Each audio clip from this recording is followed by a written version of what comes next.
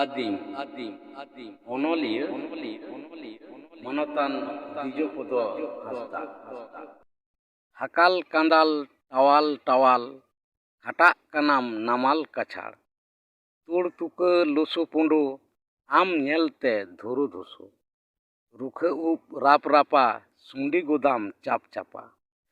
orak retam era uru solong edam uku suru bam dohoya red potom songe tege jhotom jom menak tama sawta re chol ona khatir jumi hom ol pilchu haram pilchu budhi sirjeu let kin paura handi bad ko lagit manmi lagaw let kin onare kami ona do tahe kana adi pahil nitok do adim huyuk me akil jaha khatir etohop len bewhar onare chida nitok hepraw manmi adibon bad akana dharti gota bon tapaw akan seter akana bon sosono jug re alom tahena adim ado tayom re huyuk me am ho hepraw ye am hoto kanam nagariya hijuk kana jaha din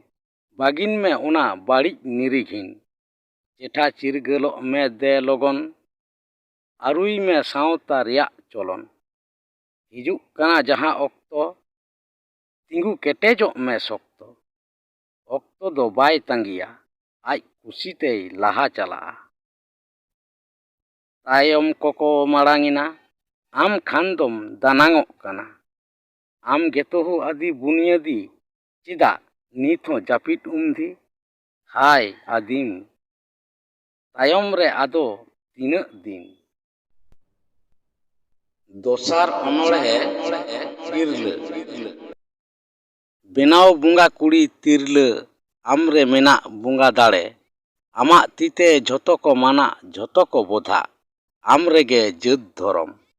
amak tite tiyar jhotom manotan soitan rengej kisar kara khorda kala kongka lengra amre menak nunak dare enho tirla chida am do kora hirla kuili dare lafang sakam danang amak ona kuhu kuhu arang tinak sibel tinak sorom amak hotok renak ona sibel arang sahayai nyutat karang amak arang te dharti johano manmi monere sagun setero amak ona arang kotayai manmi mone langa diyayai duk harket jala amre menak nunak dare enho kuili dare dar kahu tuka hirla chando am do adim dayawa adim dulara bam bachaw kwa khuni kaidhi bairi jhoto ge amak dular tem ada kwa duk bipod reho jhoto kogem goro akowa ona tege am do chando jhoto kuich mama chando mama gidra lagit koyale toa daka de emok me bangem emoa bangem chala enreho amak dular te gidrawa laj bhataa enho chando am do bera hirla